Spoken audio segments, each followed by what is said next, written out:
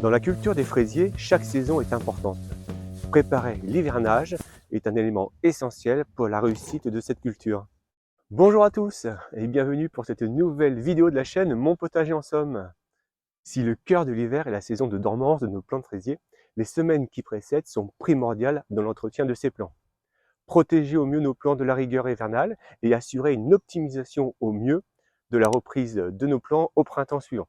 C'est ce que je vous propose dans cette vidéo, de partager avec vous comment hiverner au mieux nos plants de fraisiers, les protéger en vue d'une reprise au printemps et de futures belles récoltes. Allez, c'est parti!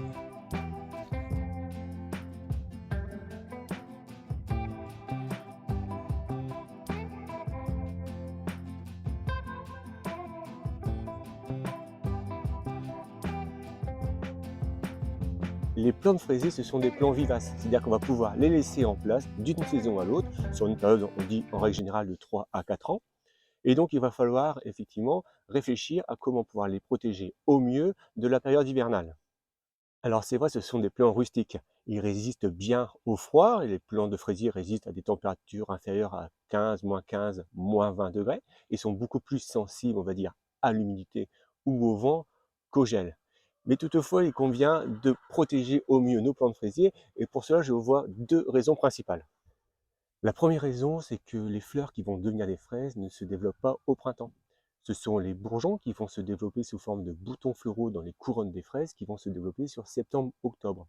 Ne pas en prendre soin pendant la période hivernale, ne pas les protéger, entraînera donc une baisse et une diminution du nombre de bourgeons et une diminution du nombre de fleurs, et à terme forcément une diminution de la productivité de nos plantes fraisiers.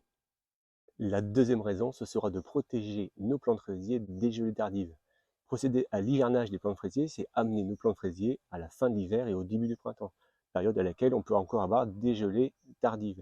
Et cette fois-ci, avec un développement cette fois des boutons floraux de nos plantes fraisiers, ceux-ci sont véritablement sensibles, eux, aux gelées. Gelée de nos boutons floraux entraînant forcément une diminution de nos fraises dans nos parterres. L'objectif global de l'hivernage des plants de fraisier, c'est donc de pouvoir assurer une optimisation de reprise de nos plants de fraisier au printemps en protégeant nos plants de fraisier de la rigueur hivernale.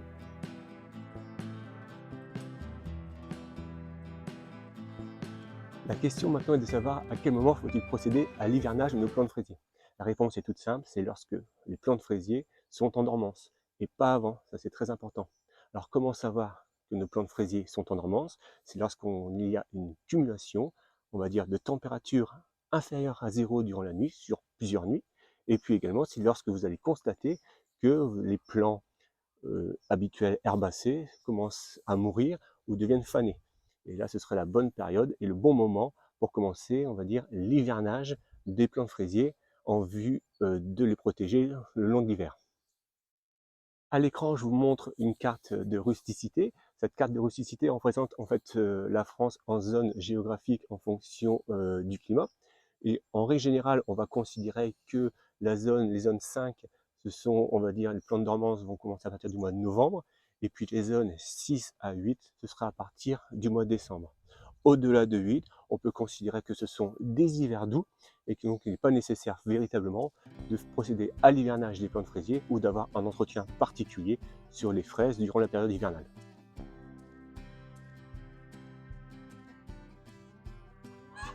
L'hivernage pour le jardinier va consister à faire plusieurs gestes dans ce parterre de fraisiers. Le premier geste, ce sera un geste de taille. Tailler premièrement les stolons. Les stolons, ce sont le développement de pieds secondaires par rapport à un pied mère et qui sert généralement à multiplier nos plants de fraisiers dans nos jardins. Arrivé au mois de novembre, il est maintenant un petit peu trop tard, un petit peu trop juste pour faire cette opération. Donc, en fonction des températures, pourquoi pas, on peut toujours essayer de multiplier ces plants de fraisiers.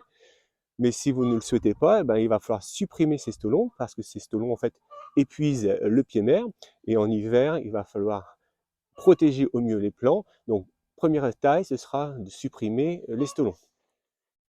La deuxième taille, ce sera une taille sur les feuilles. Supprimer les feuilles qui sont desséchées, les feuilles qui sont abîmées, les feuilles qui sont malades. C'est également un élément important dans la taille, toujours en vue de préparer le plant de fraisier à passer l'hiver au mieux. Enfin, on terminera par une troisième taille, tout au moins, c'est retirer l'ensemble, on va dire, des herbes indésirables du plant de fraisier, libérer de l'espace au plant de fraisier pour que celui-ci puisse par la suite, au printemps, commencer à se développer. Et retirer également les mauvaises herbes, c'est partir sur ce deuxième geste qui sera donc travailler son sol, car le plant de fraisier, c'est un plant qui est gourmand. Alors concernant la taille d'hivernage des plants de fraisier, ce qui va être important, c'est de pouvoir travailler pied par pied, plan par plan, bien traiter son plant de fraisier et de bien tailler. Alors pour ma part, c'est vrai que j'en ai pas mal. J'avais un bon développement toute la saison des plants de fraisier. Et d'ailleurs, j'avais fait un développement et une multiplication des plants de fraisier via les stelons. Et puis, vous voyez, j'ai récupéré des godets que j'avais oubliés en septembre pour repiquage. Écoutez, je vais donc les réutiliser. On est encore début novembre, donc écoutez, je vais essayer de les remettre soit directement en pleine terre, soit je vais les mettre en pot. Et puis, on verra par la suite comment je procède pour la culture de ces plants de fraisier. Une fois que la taille, cette fois-ci, est faite, on va pouvoir travailler cette fois-ci le sol. Donc le sol, le plant de fraisier aime bien un sol qui soit aéré. Elle n'aime pas trop l'humidité, donc retravailler un petit peu le sol. Et puis ce qui est important également, c'est que les plants de fraisier sont des plants gourmands. Donc n'hésitez pas surtout à amender votre sol, à apporter du compost. Alors faites attention toujours à l'équilibre. Apport trop de cendres n'est pas forcément trop bon non plus. Apport trop, on va dire, d'ortie va faire un développement plus important de feuilles au détriment parfois des fruits. Donc faites attention au niveau de l'amendement et de l'équilibre de l'amendement, c'est important. Pour ma part, moi je vais simplement apporter du compost bien décomposé à ma terre après l'avoir griffé.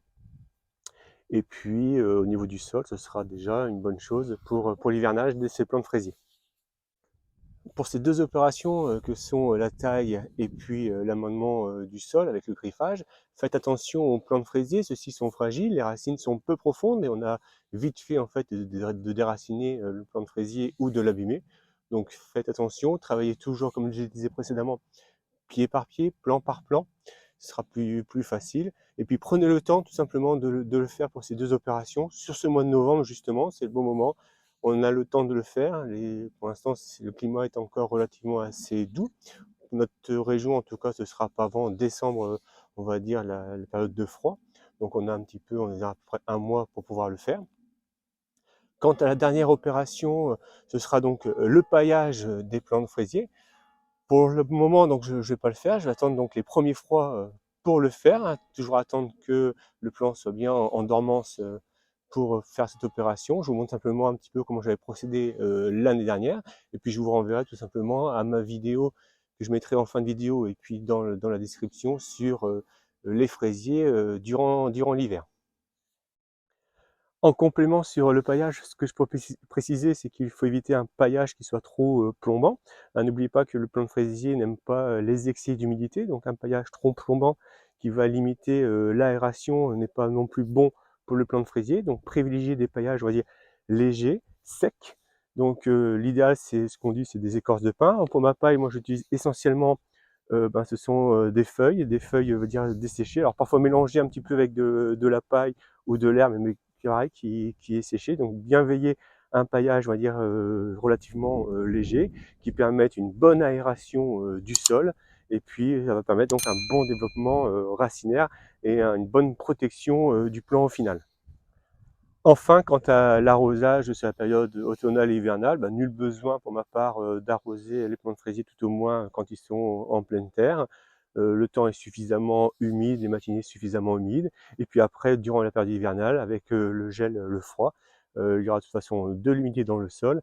Et l'excès d'humidité n'étant pas bon, ça ne sert à rien d'arroser les plants de fraisier, sauf si éventuellement on constate une grosse sécheresse mais pendant la période hivernale. Mais dans notre région, en tout cas, dans le nord de la France, ce n'est certainement pas le cas. Et puis, si vous avez une culture de fraisier en pot, la question d'hivernage est tout aussi importante. Cet hivernage consistera donc à faire de la taille, enlever les stolons, enlever les feuilles abîmées, dessécher.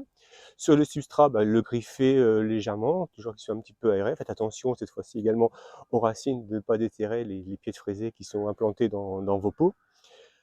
Concernant le gel, effectivement, les fraisiers en pot sont beaucoup plus fragiles, donc n'hésitez pas à les déplacer. Ce qui est important, c'est de pouvoir les déplacer dans des pièces, hein, si vous les mettez en intérieur, dans des pièces qui sont encore un petit peu lumineuses, le tout c'est qu'ils soient protégés du froid et des fortes périodes de gelée. Quant à l'arrosage, ben, vous pouvez arroser, mais bien sûr tout en équilibre, hein. N'oubliez pas que c'est une période de dormance, donc évitez également trop d'arrosage qui pourrait nuire au bon développement et éventuellement amènerait à un pourrissement du pied et une disparition du pied tout simplement. Pour ma part, vous voyez, j'ai repliqué les pieds de fraisier que j'avais fait via des stolons que j'avais mis en godet, j'en avais donc 6. Donc là, je les ai mis simplement dans un sac de culture. Ce sac de culture, bah, je l'ai laissé dans mon potager, je l'ai laissé en extérieur. Et puis si je constate effectivement des trop fortes gelées, eh ben, je le bougerai et je le mettrai soit sous une protection, sous un toile hivernal, ou sous une protection pour éviter les trop fortes gelées. Et puis voilà, et ben écoutez, j'espère en tout cas que cette vidéo vous aura plu. Ben, n'hésitez pas à la liker, à me faire part de vos commentaires. Et puis surtout, ben, prenez le temps à procéder à l'hivernage de vos fraisiers, c'est important. On a tout ce mois, encore le mois de novembre pour pouvoir le faire tranquillement. Il y a encore pas mal de boulot au jardin. Et puis moi, je vous dis à plus dans de prochaines vidéos. Allez, ciao, bye!